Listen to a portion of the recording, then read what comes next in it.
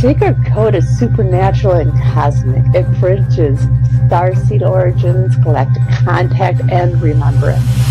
DNA activation, soul memory, psychic development, intuition, timeline shifting, and manifestation, ancient wisdom, modern consciousness, and real-world embodiment.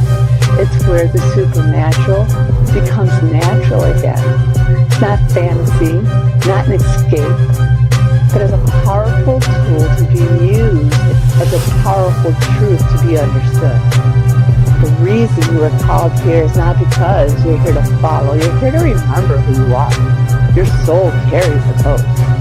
This space simply helps you unlock them safely, clearly, and powerfully. You're not broken, and you're not late. You're not imagining it. You're remembering. Welcome to the Sacred Code.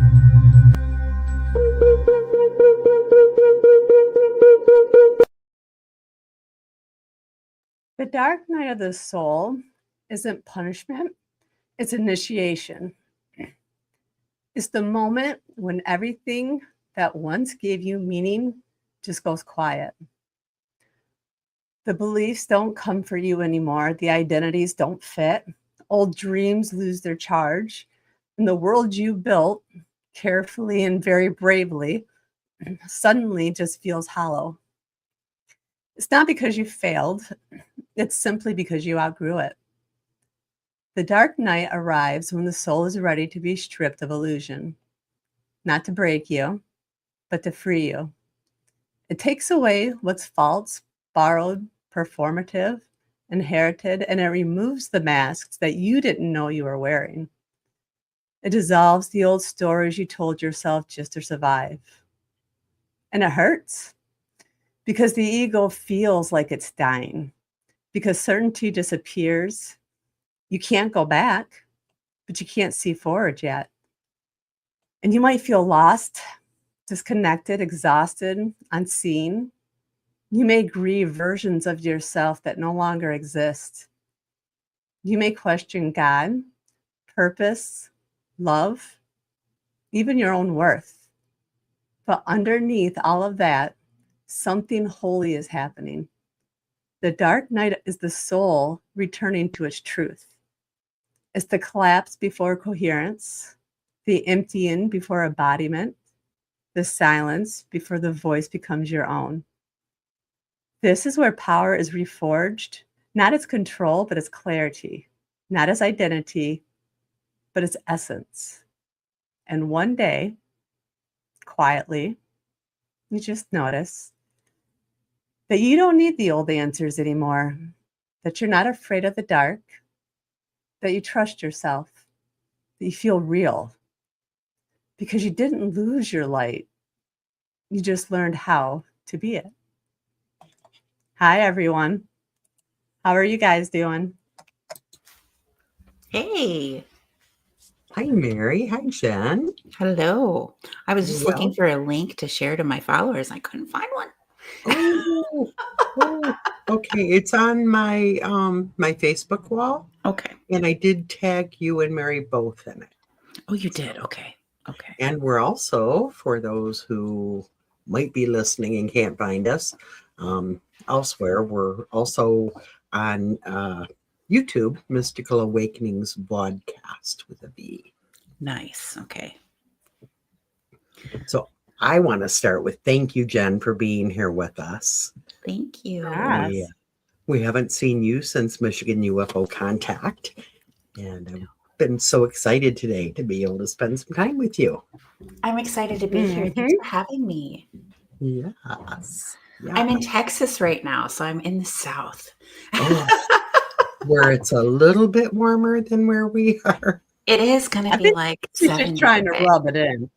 It's been cold here, though. I got here and it was 40. Right. Yeah, for Texas, that's very cold. Yes.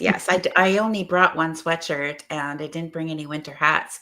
So yesterday I had to go buy one because we're going camping this weekend and it's going to be like 30 something degrees at night. Yeah, that's almost like being home, isn't it? Well, no, it's below zero at home. True. Yeah. And there's snow. So there's no snow here. Oh, well, that's a good thing. Yes. I know some of the southern states have snow, so I'm glad Texas does not. Yes.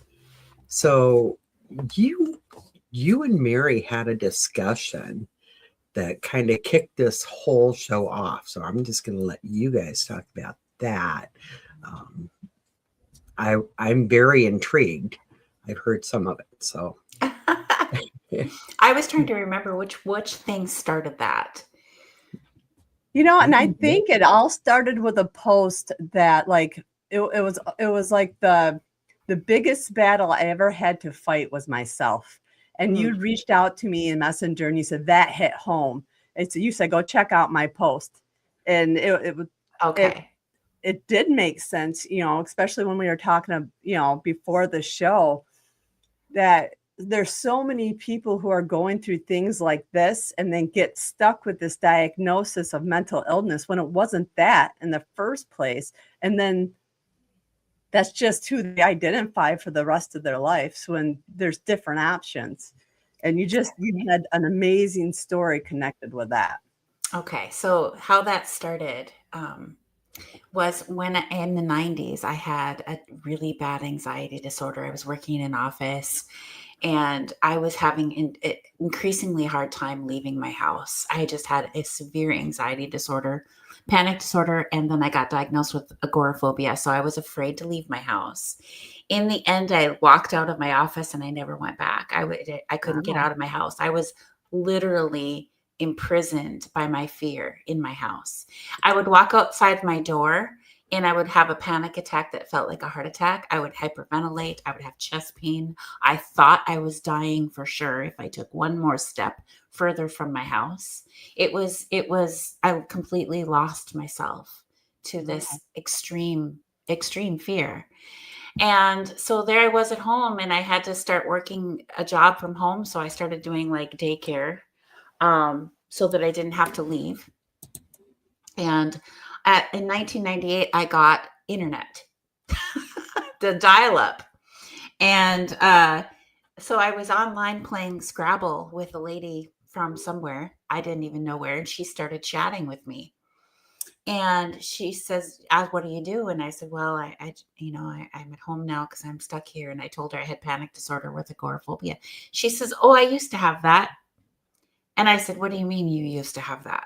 To me, that was the biggest thing in the world. I didn't think you could get past it. It was so big and I didn't think you could beat it.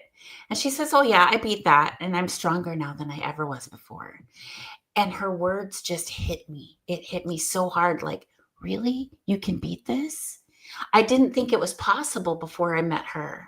And I don't even know her name. I don't even know how to reach out and say thank you to her for making that become a possibility in my reality. But after I met her and heard the things that she shared with me, I started to go to counseling, and I'd have to have someone who I was very close to take me because I wouldn't leave the house alone. And so I started going to this counseling, and really hard I worked at trying to beat that. And in that process, I learned how to fight my fears and how to stand up and face those fears until they were gone. And I started doing that little bit by little bit, but there were so many of them. It took me 2 years to get out of my house again. And the things that I had to do, she would give me assignments. So one of my first assignments was drive to the gas station by yourself and then drive home. That was a big deal. Get in your car and drive to the gas station. It's like, whoa. So then the next one was get in your car and drive to the gas station, walk into the gas station, stand there for 3 seconds and leave. Oh, big deal. I mean, this sounds like really strange, right? The next assignment was drive to the gas station, get out of your car, go inside, buy a pack of gum. I mean, these were my assignments, my homework assignments. So that's how bad it was, that this was a really big, hard thing for me to do. But through that, I learned how to fight my fears and to challenge them and to always challenge them. And it became like a process that I was automatically challenging my fears after a while, right? I would stop my anxious, fearful thoughts and I would analyze, that's a fear. And I would rewrite my thought into something more positive, the opposite. And I had to do that for every single thought that I was having. Now, these thoughts originate in the subconscious mind. So they're starting before you're even aware of them. And so you have to work on it really hard to get through that. And by the time I was considered to be better from panic disorder and agoraphobia, I still had fears in there, but I still kept automatically challenging them as the years went by. So we'll fast forward quite a few years, and I'm in my 30s at this point, and I'm going through what I call my massive spiritual awakening, right? And I've always been intuitive. I've always known things ahead of time, but I always fought it. I didn't want it. I didn't want to be weird or strange or, so I was always fighting it. But at this point, I was allowing it to happen and just embracing it because I learned how to do Reiki and it just helped me with that so much.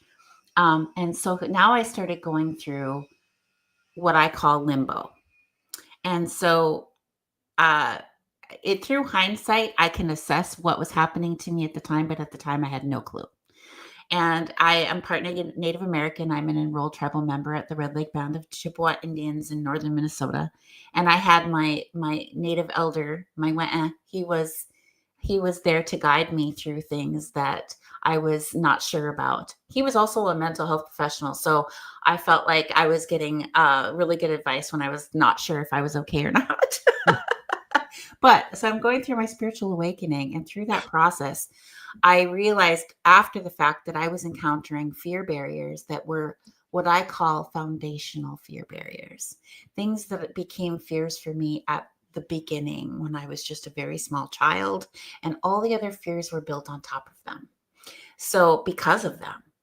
And so now when I'm down to the foundational fears that are still in place, they were so big, and I had let go of my perception of reality because I recognized it was not accurate, because everybody perceives the world through their own perception filters, through their own experiences, through their own expectations, through their own painful hurts that they haven't released.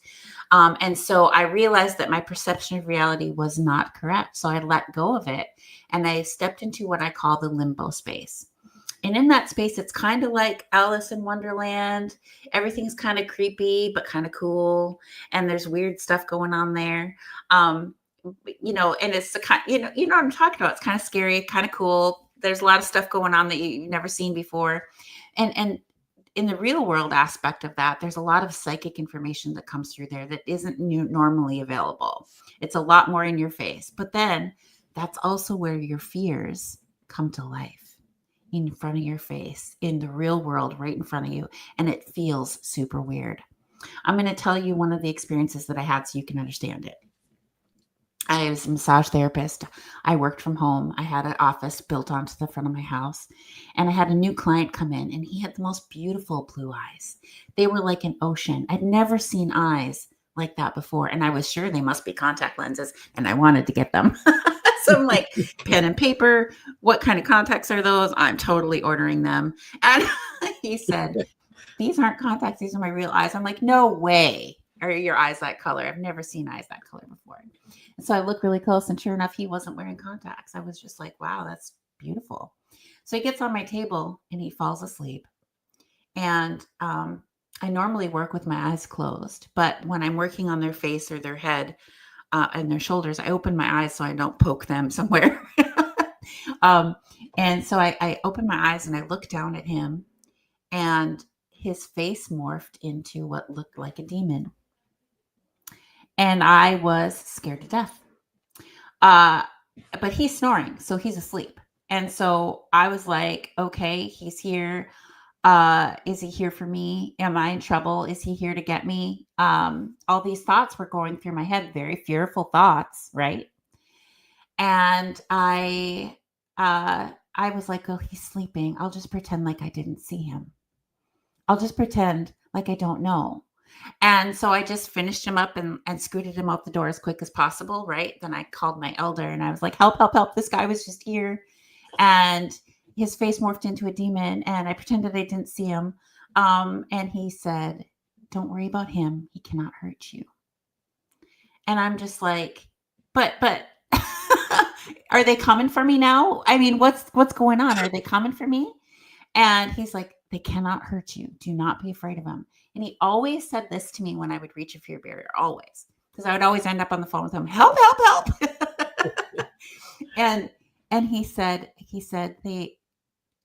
I know that this is hard for you, but because this is hard for you, it's going to be easier for everybody else. You just have to keep going. Do not fear it. Do not fear it. They cannot hurt you, right?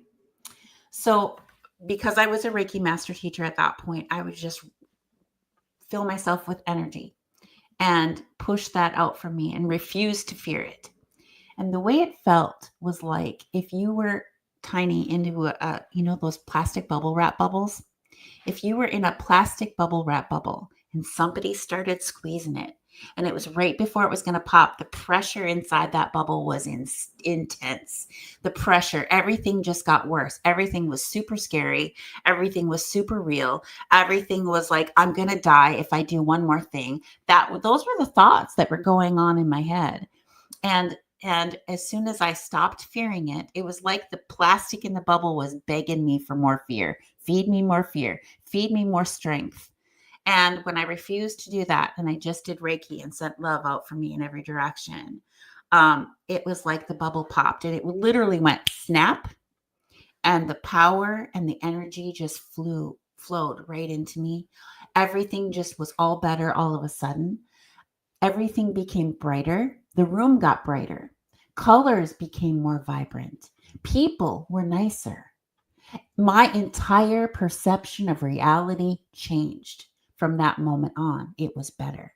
It got better from that moment on. And that was what I now call a fear barrier. I went through quite a few of them. They were never the same. Never the same. I experienced that for all of 10 or 15 minutes, and it never happened again. My elder never told me that that guy's not a demon. He never said that to me. We never had that conversation. But through thinking about it after the fact, through going through all the different barriers, I realized that was my fear come to life. That was my fear come to life and trying to back me away from the door into my new perception of reality, right? It was trying to scare me away from that door. Mm-hmm. Now, after going through quite a few fear barriers, and they were all different, every single one of them was a different fear. Every single one of them was different. That was the only time I ever saw somebody morph into a demon, and they never saw it happen again. Had I gone and told a mental health professional off the reservation that this is what I saw, what would have happened to me? My elder, who was a mental health professional on the reservation, told me, don't tell anybody else. Don't tell anybody else this. They won't understand. And I said, do you understand? Have you seen this? And he said, not that exactly, but enough the things the same that I know exactly what you're going through. And just don't fear it. Just keep going and don't tell anybody else. And because he knew if I told somebody else, I would get diagnosed with something pretty bad. And if I believed that diagnosis, I would stay there in that place. Mhm. And when I had these realizations after I'd gone through all these fear barriers, and I realized that the possibility that the majority, if not all of the people who are, in quotes, mentally ill, are perhaps just stuck in that limbo place. And they got diagnosed and they believed their diagnosis, so they couldn't choose a new door.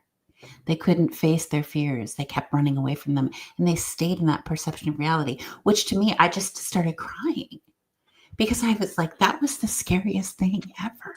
Right. That was the scariest thing ever. And it was all happening inside of me. It was completely within inside of me. And I didn't understand that at the time. He couldn't have told me that that wasn't real. That wouldn't have gone okay for me. He just told me that it couldn't hurt me and that I had to stand up against it and not fear it. And that's how I got through that. And through every barrier after the fact. There was one thing that always stayed constant through every barrier. I always felt like if I did one more movement forward, I would die. I always felt that. And I just always felt that. And at one point when I went through a fear barrier, I felt my body lighten and I felt like I was leaving my body. I thought for sure I was going to die. So I ran into my office because my kids were coming home soon and I didn't want them to find my body. I mean, because it literally felt like I was leaving my body. I'm like, oh my gosh, I don't want my kids to find me on the floor. And Yeah. yeah, Oh. yeah. So, I mean, so through this process, I started developing an idea about what happens with people who are mentally ill. And I started talking to clients of mine who were mental health professionals. Anytime I got in the vicinity of a mental health professional, I started asking them questions like, why do you counsel people like this? Why do you dig down to their childhood? Why don't you just go for the bottom? If they are like the Leaning Tower of Pisa, the tower that got built, that it was crooked. Obviously, the foundation was wrong. If you could just find out where that foundation was wrong and give it a swift kick, if you could adjust it, perhaps the rest of the building would adjust on top of it. Perhaps it would be what you need. And I said, why don't you go straight for what's wrong at the bottom? And she said, we don't know what's wrong at the bottom, Jen. That's why we have to keep digging. I'm like, what do you mean you don't know? It's pretty easy to see it.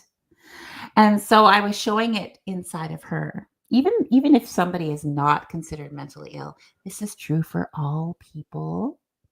If you look at the definition of enlightenment, to glimpse the true nature of reality, to be enlightened, right? That alone tells us that it's a rare thing to see the true nature of reality. So we're all sitting there not seeing things exactly right? So I started talking to this client of mine who was a mental health counselor, and I said enough things that got her interested, and I showed it inside of herself. And she says, Jen, I think you might have figured out something we don't know yet. Can I bring some colleagues over to talk to you? And I said, sure. So she brought some colleagues over, and I talked with them about what I talked with her about. And they agreed that I had really interesting ideas, and they wanted to see what I could do with a mental health patient. So they gave me one. I had never had a psych class, not even in high school. To this day, I've never taken a psych class. So they gave me a mental health patient to see if I could help her. And it was a patient of this counselor that was my client. She had been her mental health care professional for 5 to 6 years. And she had been considered severely mentally ill for more than 20 years. They had tried everything, shock treatments, everything.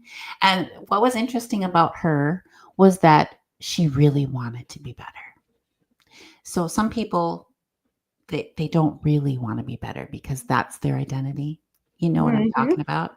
They'll tell you all about it and then they pick it back up and take it home because that's who they are. Right? This lady, she truly wanted to be better. And she wanted to be better. She wanted to help. So she started telling me her list of diagnoses. She said she had agoraphobia. She had panic disorder. Oh, I have those. I had that. She said she had manic depression, bipolar disorder. She said schizophrenia. And I said, stop. I don't want to hear anymore. All I want you to tell me are the things that she complains about seeing and hearing. Tell me that. And she said, well, she sees colors. I'm like, great. I love that. What do you think that is? And she says, well, she's hallucinating. I said, no, she's not. She's not hallucinating when she sees colors. And she hears disembodied voices. I'm like, okay, they might be real. You don't know. And and so I said, I would love to talk with her. So that she didn't like people to touch her. So when she accidentally told her I was a massage therapist, she didn't want to see me because she thought I'd probably want to touch her then. And we made an agreement with her and her husband that we would work with her for free as long as we could share it like an open book. And they said yes. So this is all okay for me to share. Anyway, so I told the counselor, I said, okay, tell her that you're coming over for a foot spa treatment, which I don't even offer. That's not even a service that I offered, but I had a foot spa bath for myself. So I said, well, just tell her you're going to come over and have your feet done. So if I'm busy doing that for you, I can't be touching her. So she can just talk to me while I work on your feet. And she's like, okay. So at that time, I had a very small home office, and I had 2 green chairs and then just enough space to walk in front of them. So they sat in the chairs, and I purposely sat on the floor barefoot, very unprofessional. I had rocks underneath my chair. And just I had placed different things underneath there that I could just quickly grab because I thought I might need them. So I started talking. They came in and I started talking to her while I was working on Miranda's feet. And I said, "Do you see colors?" And she said, "Nope, nope, nope, nope. I don't see colors anymore. I don't hallucinate anymore. No, I don't. I don't." I said, "Well, that's too bad. I see colors. I thought maybe we could talk about it." And she's like, "Nope, nope, nope." And so then we just kept talking and whatever. And pretty soon she said, "You have blue and green all around you." I'm like, "Oh, well, that's great. Do you know what they mean?" She's like, "No." She was scared of it because she was told that was a hallucination. And so underneath the chair that Miranda was sitting on, I had a printout of what the aura colors mean. And I grabbed it and I handed it to Miranda. I said, "Miranda, can you look up those colors and tell us what they mean while I work on your feet?" And so they had different colors of blue and different colors of green. So she showed it to her and she says, "Can you pick out which colors they were?" And so she did. And so she started reading what those colors meant. And Miranda says, "Well, I know, Jen, that describes her perfectly. That does describe Jen." And I said, "See, that's a real thing that you're seeing. It's not a hallucination. Do not be afraid of it." And I told her that this is a good thing. It tells you more about people without having to get real close to them. If someone's a bad person, you're going to see it. You don't even have to get close. You're always safe, my girl. And and then I asked her, do you like rocks?" And she's like, "Yeah, I like rocks a lot." And so I grabbed out my box of rocks from underneath the chair. I'm like, "These are my rocks that I found. Do you want to see them?" She's like, "Yeah." And we did all this play stuff, but in the process, I was showing her about feeling energy of this and feeling energy of that, and talking about all the different things that she was told were part of her mental illness, but was just really psychic information that they didn't understand, right? And then we started encountering fear stuff because she's in that limbo. She was in that limbo place. And so the way that she describes what happened is she says that she was in her own little world for 20 years and she was stuck in there. She says, "Jen walked in there, held my hand, and we walked out of there together." And because I told her, this is real, this is what it means. It's a good thing. Don't be scared of it. And that's a fear. Does that make you feel scared? It does. Well, that's a fear. Throw it away. Throw it away. It's lying to you. It's hiding something good from you. Throw it away. She was the easiest person I ever helped. She was the easiest person I ever helped. And I couldn't figure out why this was working so fast. But then it hit me. She's been considered severely mentally ill for more than 20 years. For more than 20 years, she believed she could not trust her own perception of reality. She believed she was mentally ill. So when I told her that's not real, throw it away, she did. She didn't fight it. Wow. She's like, "Okay, it's not real." Boom, it's gone. And we just ran. We ran through her limbo and we ran out the other side. And it wasn't like one set. Each session we did was 3 hours long. I think it was the first session, the counselor started crying spontaneously quite a few times. And we would just look at her and, "Why are you crying?" And she's like, "It's working."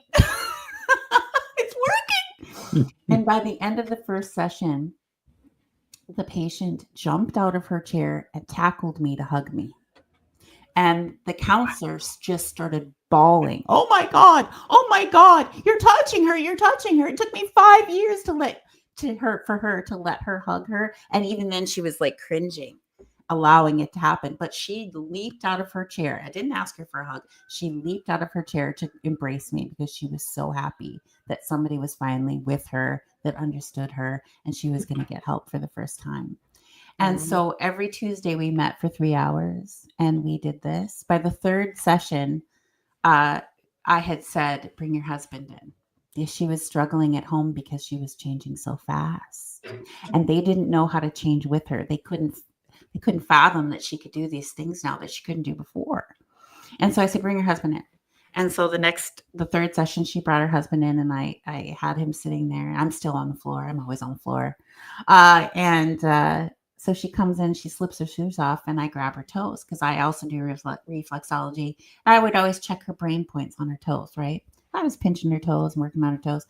And I'm talking to her husband, and I notice he's not listening to me. He's got his eyes locked on my hands. And so I put my head way down where my hands were, and I said, "Hey, I'm talking to you, buddy. I'm over here. Are you listening? I need you to listen to me right now. What's going on?" And he's like, "You're touching her." I'm like, "Yeah." He goes, "You're touching her." I'm like, "Yeah." He goes, "I don't get to touch her. Why do you get to touch her?" And she says, "Oh, it's just Jen. She touches me all the time." He's like, "What?" He couldn't even hear me. He was just locked in on you touching her. And so I'm like, well, this is the deal. We're working on this and we're fixing it. So this is going to be part of the changes that are happening. And we need you to flow with that because she is getting better. It's going to happen fast. It is happening fast. And I need you to work with that with her and with the kids so that you're not holding her back when she's changing. And, when we were done, it was amazing. The counselor said, "You fixed the hardest patient I ever had." And we do not use the word fixed in my profession. And she says, "You fixed her."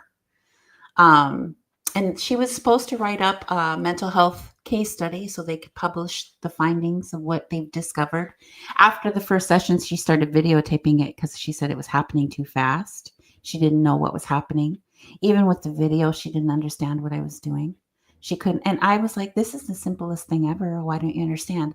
My hope was that if I was correct, if I could help people that were considered seriously mentally ill, if I could help them come out of that place, if they were in fact in limbo, if I could help them out of that place, that I could teach counselors all over the world to do it. And they are already helping these people, that they could help these people. That was my hope.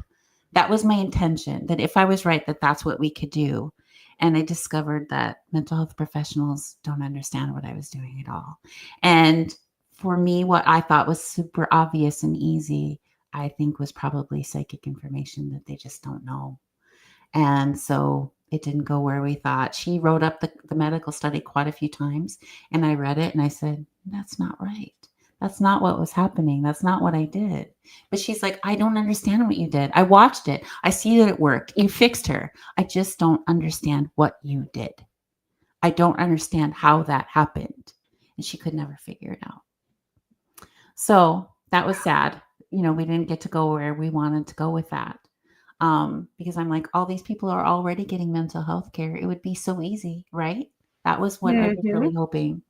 And all of a sudden, what my elder used to say to me, and he used to say, "I know this is hard for you, but because it's hard for you, it's going to be easier for everybody else." And I used to get so mad at him. I'm like, "What does that mean? What does that mean?" And, after the fact, when I started helping this patient, I was like, I get it. I get it now.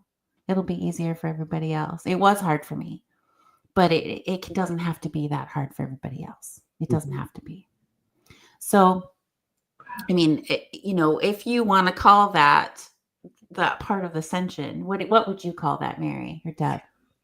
That part of ascension, that's exactly when you read about ascension, and I've quoted it before with Mary Magdalene, exactly what you're saying when you're talking about facing the fears and those fear barriers. I see you, but you didn't see me. All those little things, that's a natural stage of life. We're supposed to go through those fear barriers. That's what we're supposed to do. But we have so much negative energy put into place within those barriers to purposely hold us trapped. And it's the perfect example of what ascension is being able to remember who you are on a soul level and become sovereign because you broke through all those barriers that were put there to hold you back in the first place. It's an awakening. That story was flipping amazing, and you made my whole day. Oh my God. Yes. I wanted to cry. I wanted to laugh. I wanted to giggle a little bit. Amazing. I got to tell you one other thing. Part of that process was the counselor, her name was Miranda. And at one point, the patient and I started interacting with a disembodied spirit that was there. We were both receiving information from him. And we didn't know who he was. He wasn't saying who he was. but we were both receiving information from him, and we were both saying what we were getting. And Miranda knew who it was, and she didn't tell us. So every time we got together, she asked us more about that spirit, and we would tap into him and we would give her more information. Both of us were interacting with him. It was a real spirit, it wasn't. And she was just like, and I think it was after the second or third time we interacted with that male spirit, Miranda told me privately that is her brother who committed suicide. Oh, And they had questions. And through the information we were receiving, the answers came.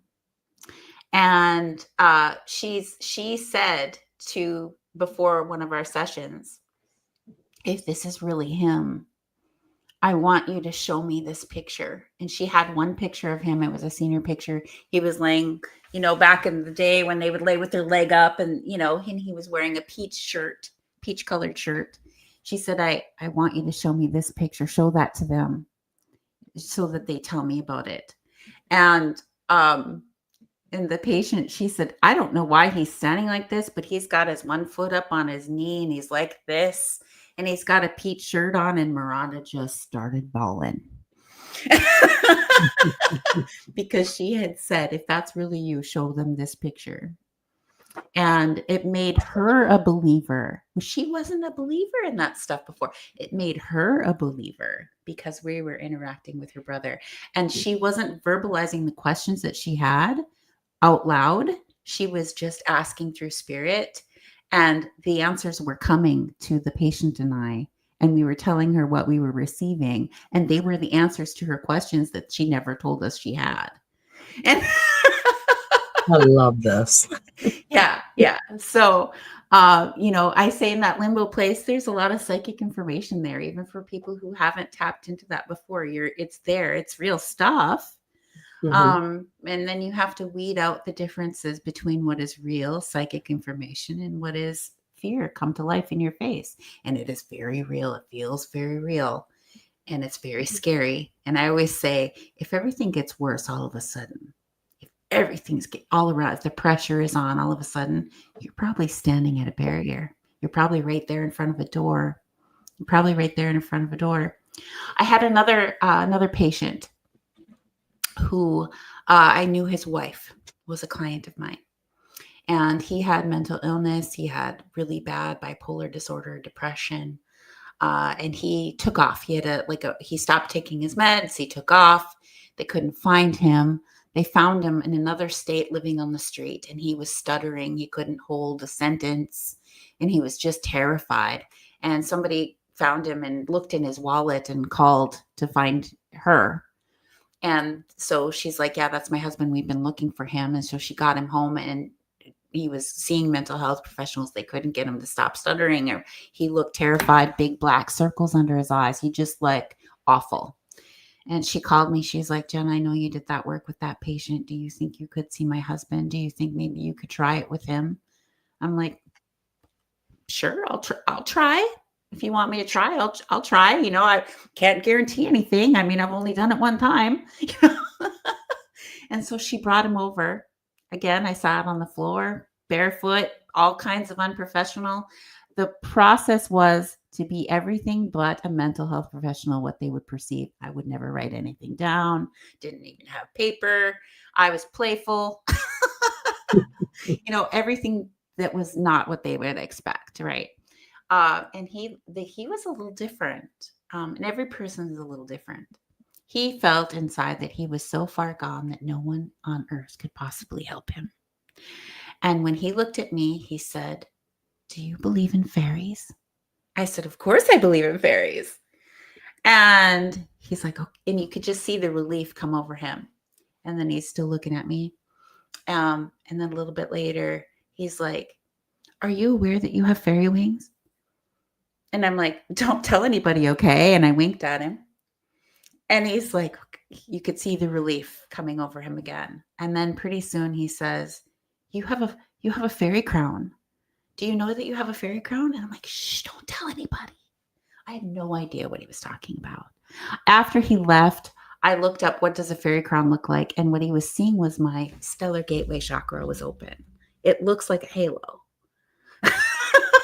That's what he was seeing. So my stellar gateway, because I was like, what does a fairy crown look like? And it looks like a halo, like ting above the head. And that's the stellar gateway chakra, but outside of the body open. You're familiar with those, I'm sure. So that's what he was seeing. And he was seeing my aura was looking like wings. And so, but to him, he was seeing somebody who was extra, who was extrasensory, who was magical, who could maybe help him. And through that, I was able to help him. I took him into my massage room. I laid him on the table. And his wife just was right outside the door. And he was laying face up on the table. And he's said he was seeing all darkness everywhere. And so I closed my eyes and I could see what he was seeing. And I said, I see a door. I see light coming through the edges of the door. Do you see the door? He's like, yeah. I said, go over to the door. He's like, I can't. And he's like, I can't. I'm scared. And I just grabbed a hold of him with both of my arms, like down his arms. I grabbed him real tight, like a hug almost. And I had my face right in his ear. I was talking right in his ear. And I said, go over to the door. I'm right here with you. You're not alone. There's nothing to be afraid of. I'm right here. I've got you. And I'm right here with you. You don't have to be afraid. Go over to the door. He's like, no. And he's hyperventilating. And I had already explained to him, being inside that bubble, how everything gets really worse all of a sudden. And it's so bad. But if you just don't fear it and you just go, it'll pop and you'll be okay. Everything will be better. And I had already told him that. And I just kept saying, open the door. Open the door. And he's like, no. And all of a sudden he went, because he opened the door. And all of that energy and that power was just flowing into him. And the fear was completely gone. And he sat up. He said, holy shit. When we opened to my room and his wife saw him, his black circles were gone. He was standing up straight. He was no longer stuttering, and he was him again.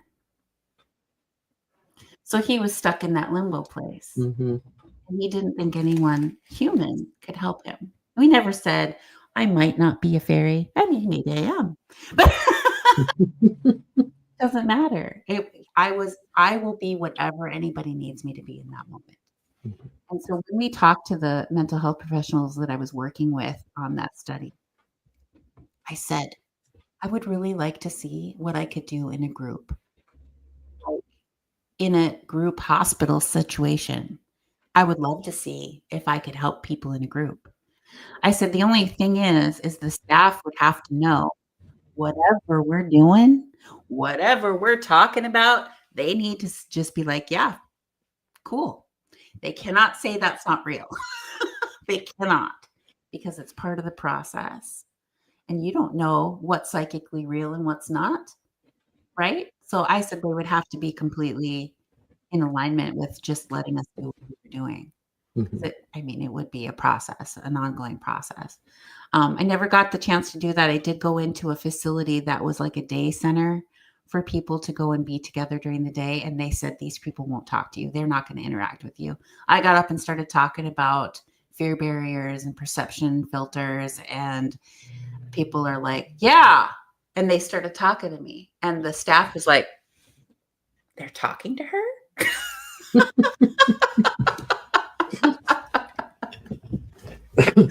And I said, when I went through this, my biggest complaint was, why did I have to wait so long? Why did it have to be this long in my life? Why did I waste all those years in that torture of a place of perception of reality? Why was it so long? And I said, why couldn't it have been earlier? And one guy in the back was like, yeah, why can't it be now? Why did it have to be so long? Why did I have to go through all of that? Why did I have to suffer for so long? And I said, the fact that you're feeling that now means you don't have to suffer anymore. Right? You don't have to anymore. But the fact that they still think that they're mentally ill once they've gone through the barriers, that's the problem. Mm-hmm. And that was the problem that I had with the patient that I had, the one that we did the case study on. She telling her that she was completely fine was hard because she couldn't grasp the concept that she was completely fine now. So what I did was she didn't want to give up her Tuesday nights with me. She wanted to come be with me every Tuesday night for the rest of our lives. And, that's just, I mean, as much as I love her and would love to spend time with her, I just couldn't keep doing that all the time. And she needed to know that she was okay. So I ended up deciding that I would open a group for my Reiki students because I teach Reiki. I opened a group for my Reiki students, and I decided to do what I call guided learning. And so rather than just allowing them to learn their own life lessons on their own with their Reiki, I started guiding them through lessons. And some of the things I discovered, lessons I discovered working with that patient, things that I called mirrors all around, that everyone is perceiving themselves all around them all the time. And you have to understand that everything that you see is an aspect of yourself. And so how do you deal with that? Things like that. Those were the kind of lessons we were doing. So I opened a group class for my Reiki students on Tuesday nights during the time I was supposed to be with the patient. And I said, I can't see you anymore unless you want to come to group. You can come to group. Come to group. I wanted her to come to group. And she resisted coming to group for a while. So I just kept doing my group. And eventually she came because she couldn't handle not seeing me. She wanted to see me. So she comes to group. And so she was very quiet. She observed a lot of what we were doing. She observed them. She was assessing all of them. And at the end of group, everybody would leave and she would stay, and I would ask her to assess the group. And she would go through each person and tell me what she thought they were struggling with and what they needed help with. And we were analyzing each person indirectly, like each one. This person is struggling with this and needs help with that. This one, this. And I'd say, okay, do you feel like you are mentally healthier than that person? Yeah. Oh, yeah. Okay, how about that one? Are you mentally healthier, in a better place than that one? Oh, definitely. I feel so sorry for her. She's got so long to go, so far to go. And we went through each person and I asked her to, compare her mental health to that person's mental health. And she was always way better. They always had ways to go. She felt sad for them that they weren't there yet. Okay, good. And so every time she came to group, we stayed after and we assessed each person in comparison to her. She self-assessed, told me what she thought of each person and where they were at and what they needed to do, and how she compared to them in her current mental health status. And so we did this for a while. And when she would get scared or whatever, and she'd call me from home, I would just redirect her and ask her to assess the group. Tell me about the group. What do you think about the group? And so I would always move us to talking about the group. And then eventually I said, I don't understand how you still think there's something wrong with you, because even you have assessed yourself as mentally healthier than everyone in our group. And they are all completely normal, average people who are not mentally ill. She's like, what? I said, they're not mental health patients. They're just normal people. And it was through that process that she had to discover, she self-assessed against all of them, that she was mentally healthier than all of them for quite some time before I threw that at her. And she was like, what? I'm like, none of them have been institutionalized. None of them are in mental health care. None of them. They're all normal people. And that's how normal people are. Everybody's struggling with something and they don't even know it. Everyone is punishing themselves and they don't even know it. And what people talk about, like, what is karma? What my tribe calls the sacred hoop or the sacred circle. Everything you send out grows and moves through the circle and comes back to you. It may not come back to you from the person you think it should come back from, but everything comes back to you from the circle. Everything you send out, everything you think, everything you feel, everything you expect, all of the things that you think all of those things you're sending out into the circle, and it comes back to you. It grows bigger and it comes back to you. And that's good and it's bad. So that's what they call karma. A lot of times when people talk about karma, they think only of the bad things. Their karma is going to catch up with them. Well, karma's good too. Karma has a good aspect to it too. Yeah. And so through the process of all of this, I started really studying the sacred hoop or the sacred circle or what people call karma.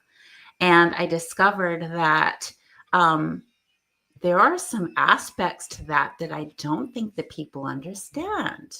Because I had a friend who was always like, he's going to get his when karma comes back for him. And then she would complain that karma never came back for him. And I have this one story, and it was such an eye opener for me. She was my best friend. She was going through an awful divorce. Her husband was an alcoholic who had like at least 10 DUIs, but he never had a driver's license during any of that. And he was still not in prison for it. And she's like, he never gets in trouble. He just gets by with it all the time. And, why does he get by with it? Why doesn't karma come for him? I just want the police to show up at the door, arrest him at the house, cuff him, and lay him on the spread eagle face down in the front yard and have everybody come out and watch him get arrested. Right there. I want that to happen. She said that all the time in great detail. And I kept saying, why do you keep sending that out? Stop sending that out. Why do you want that to happen so bad? Just forgive him and get out of the way. Get out of the way. You're standing in the way of his karma. But with all this, I want this to happen.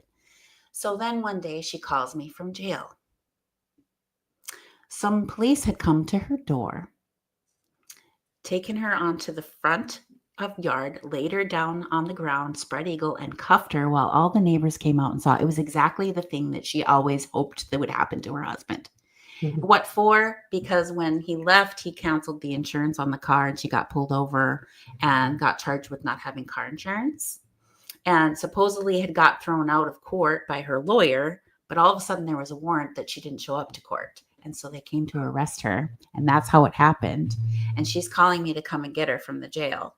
And she tells me what they did to her. And it was exactly word for word, everything she kept saying she wanted to happen to him. And I said, if you don't see that this is your karma, I don't know what can tell you that. But this is exactly what you hope to happen to him. You kept putting that into your circle. You kept sending that out into your circle. And maybe the reason it hasn't happened to him yet is because you keep standing in the way.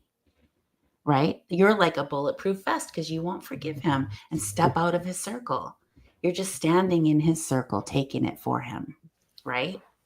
And the more I saw that, I mean, I have to thank her for showing me that lesson because I probably wouldn't have seen it if I hadn't seen it in her. It was so blatantly obvious.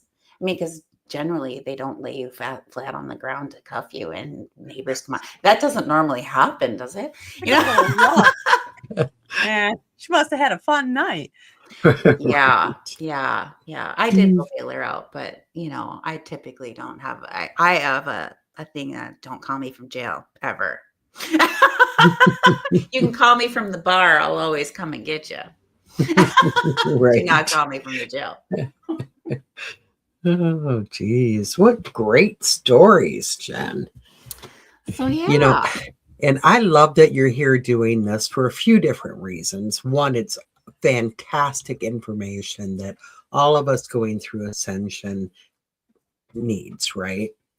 Also, people know you as Jen from She Squatchers, which is an amazing group.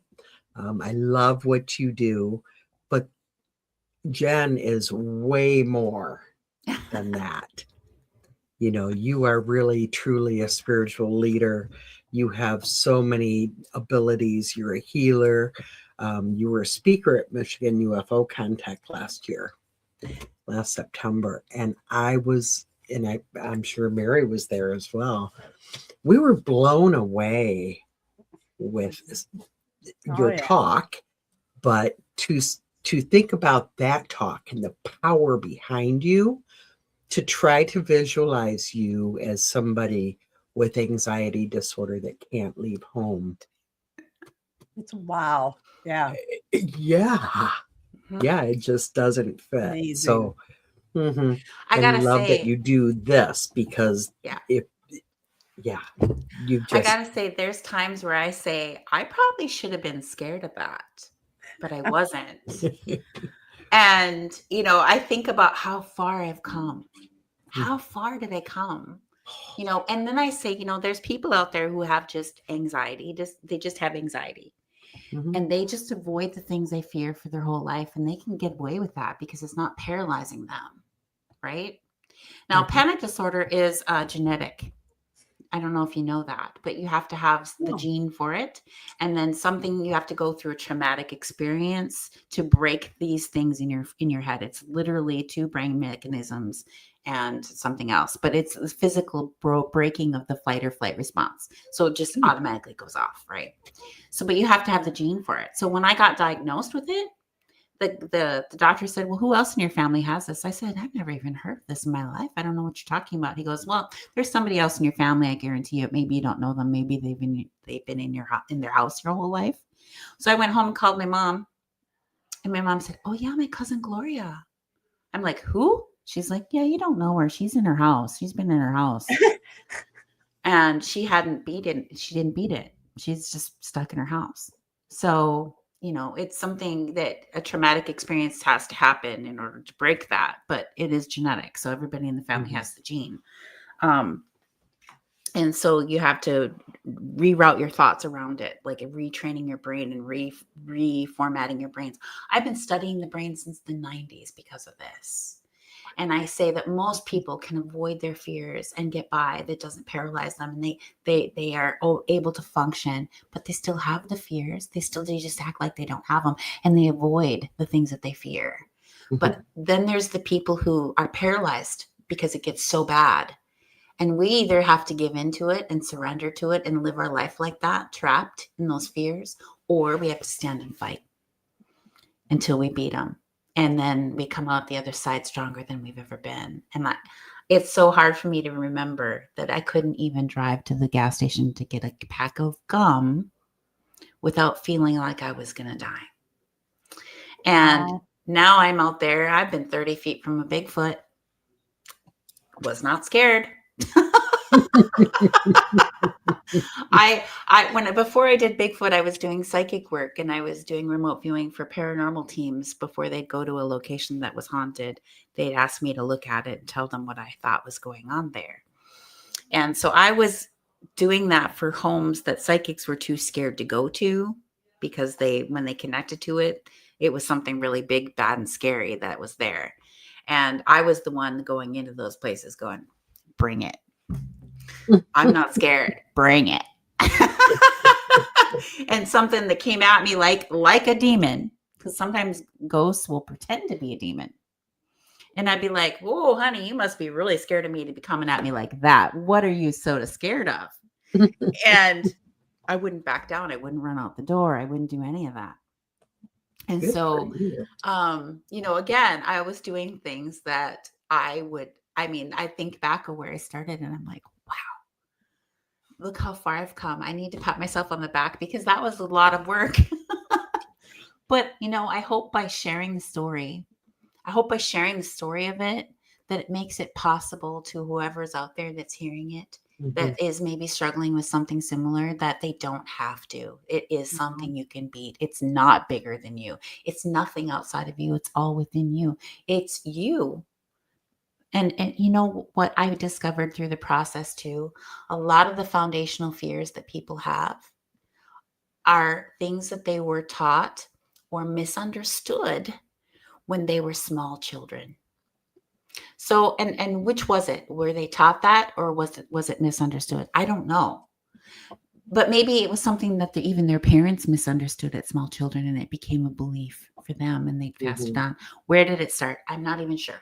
But for me, mine was a lot of the religion stuff was created fears that were foundational. One of my foundational fears that I had was that God was not pleased with the world. God was wrathful and judgmental and was going to 2 seconds away from destroying us all. That was a belief that I had in there. And it was a hard one to beat. That was a hard one. Mhm. That was a hard one to beat.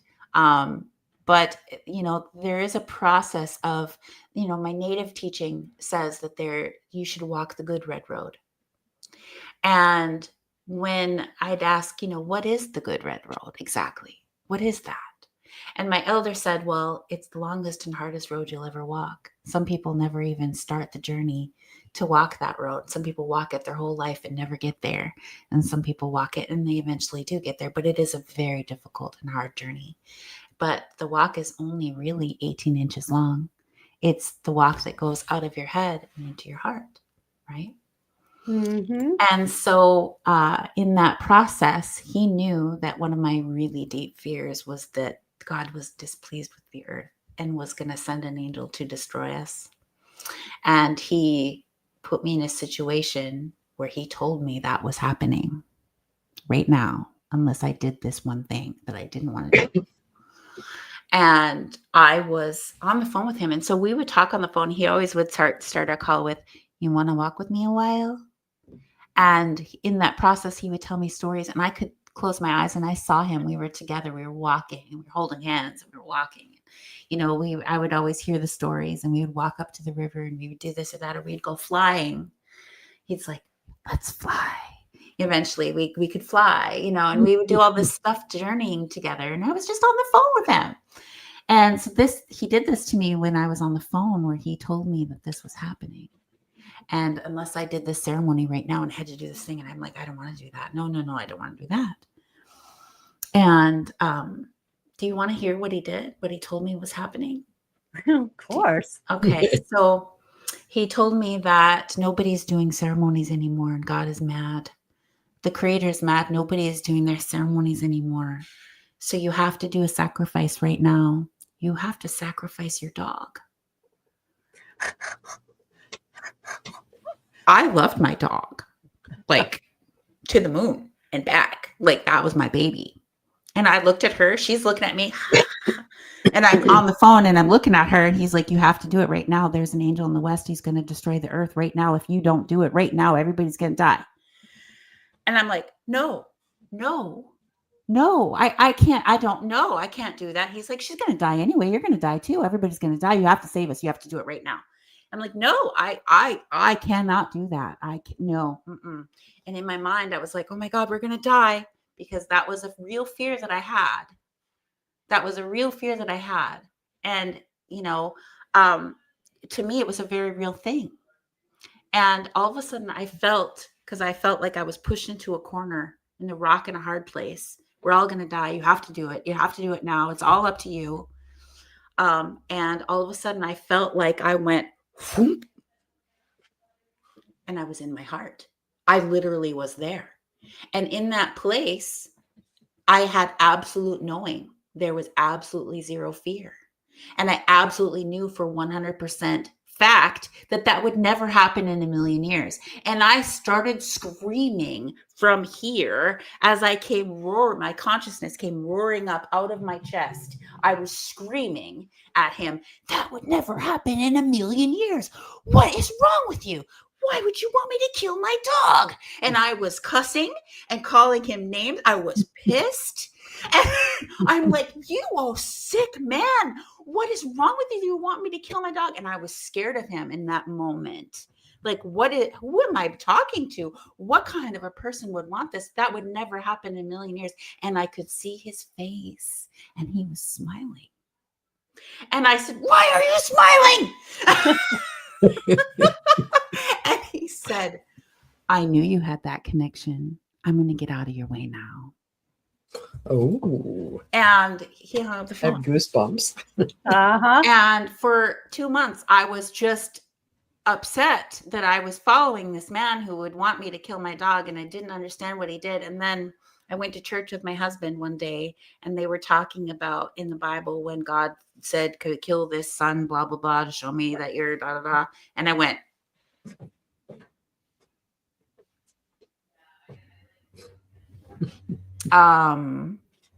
I don't think that that's what God really wanted to happen there. I think God was trying to push them into their heart. And maybe people weren't lit because they were saying you're children. And maybe some people did it and they didn't pass that test because they were supposed to be chased down into their heart. So the native teachings talk about the heart being a second brain. And they've been saying that all along. The heart is a second brain. And science is finally starting to catch up. They've discovered it's 80% neurological cells, and they actually believe that now memories are stored there. And the heart is giving more information to the brain than the brain is giving to the heart. They've discovered that. But the native teaching is the heart is the second brain. And the good red road walks out of your head and into your heart, and you live from this place here in the heart. The medicine wheel teachings are all about getting to the center and living from the heart. All of that is about that. And so I got to that heart place. And what was interesting is when I discovered what he had really done, what he was really doing with me in that process was breaking me of that fear and forcing me into my heart, that I went to him. I drove up to him. I had my mom in the car. I drove up and I walked up to him and I just started crying. And I said, I'm sorry. I'm sorry I yelled at you. I didn't understand what you were doing. And he started crying too. And he took me to the side and he was crying too. And we're both just blubbering away. And he said, you took me with you into your heart, because we were connected when that happened. Mm-hmm. And he said, no one has ever done that before. I've never experienced anything. It was the most beautiful thing. He said, when you shrunk into your heart, you took me with you. And my consciousness was inside of your heart. And he was crying. He's like, it's the most beautiful love I've ever felt in my life. He said, it was the most beautiful thing I've ever felt in my life. And he was so happy that I was back. And he said, I've never had that experience ever before. And that's why he was smiling. But yeah, so that's what that happened. But, through the whole process, you're just going along with whatever the person's fears are. Mm-hmm. And then he taught me the bones of native medicine is what he called it. Native medicine without all the ceremonies. And he says, how does it work underneath the ceremonies? What is it doing? And by teaching me that, he said, I want you to take these things, the bones of native medicine, and mix it with what you're already doing to help people. Mix it with that and help the people out there, because all of this, the ceremonies and all of that, that's something that's meant to be started as a small child to aid the stages of human development. And if it isn't done, then it's too late. So he said, now that you know how it works to aid in the stages of development, to become a human being, because the majority of the people on this planet are not human beings. They are human doings. They never developed into a human being. They missed some stages of development, and it's causing all kinds of dysfunction in their lives, in their perception, in everything, in every relationship. And what's interesting about that is that when he was helping me through my stages of development, I didn't know that's what he was doing. I had no clue anything about any of that. All I knew was that I said to my husband, you can't talk to me like that anymore. I'm a real person now. You can't talk to me like that anymore. I'm a real person now. And I felt like I had suddenly become a real person. I had never been real before, but I was suddenly a real person. And that is how it felt. So when he started, after all of it, he started teaching me the stages of development to become a human being, everything underneath native medicine and how it works to help support the person's growth and development. When he started teaching me about that part, about becoming a human, becoming a real person, I was like, oh my God, that's exactly what it felt like. I felt like I wasn't real before, and suddenly I was a real person and I mattered. And you can't treat me like that anymore. I'm real. I'm a real person with real feelings, and I don't deserve that. And then one of my adopted daughters, she had a friend who came to her and said, she was crying and she says, I just want to be a real person. I just want to be a real person now. And she's crying and crying. And she was part native from a different reservation. And she says, you just need to talk to my mom. I think you just need to talk to my mom. Can I take you to my mom? So she called me and she says, my friend needs you. I said, for what? She goes, can I bring her to you? And I said, sure. So she drove up, she sent her in and shut the door. And there she was, this crying girl. And I said, what's wrong, honey? And she said, I just want to be a real person now. And I said, oh, I see why she brought you. She's heard me say, I am a real person now so many times. She was also talking about feeling the energy of plants and animals, all things that she'd heard me say. And she thought, oh, this must be a native thing. You just need my mom. And I helped her do the same. I helped her guide her through that. And I'm just going to say that my native elder guided me through the hardest times of my life. You know, it was truly a fight within myself, but he helped to guide me through that, encourage me through that. And I don't think I would have made it without him. I don't think I would have. And so when it's come in my journey, in my path, when people are put in my path that I can help them, I help them if I can. You know, That is amazing. Yeah. It is. the thing is that sometimes people defend where they are. They defend where they stand. Mhm. And then you're like, okay, I guess our walk is over for now. Come back when you're ready. You know, when they defend where they stand, they're just not ready to go any further. And you just have to accept that. Yeah. So- And that's probably okay because they're where they are for a reason. Yeah. Yeah. And they will know when it's time. Yep. Exactly. This Yeah. has been amazing. Totally Yep, and amazing. we're at our time. So, Okay. Yeah. I don't have a clock here. wow, no. Like I looked down, I couldn't believe what time it was actually. I know No, you tell a good story. You're amazing. Thank you. I I could hope talk we for can do hours. this again sometime. Absolutely. Anytime. We have Anytime. some work to do, girls. Yes, we Yes, do. we do. But thank you so much, Jen, for being here with us and sharing all of that with everybody. And I hope everybody truly takes this to heart.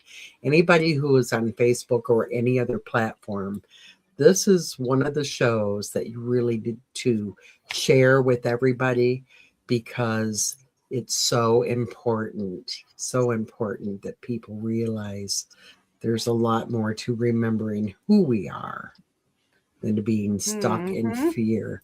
And we're all here for you. So Fear is the enemy, always. Yeah.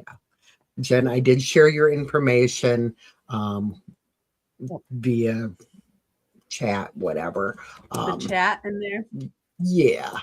And if anybody wants more information, let us know. Awesome. For sure. Thank you, ladies. I can't wait to see you. I can't wait either. I know, it'll be fun. Okay. Thank you all. Have a beautiful day. And Bye. keep looking up. Bye. We love you.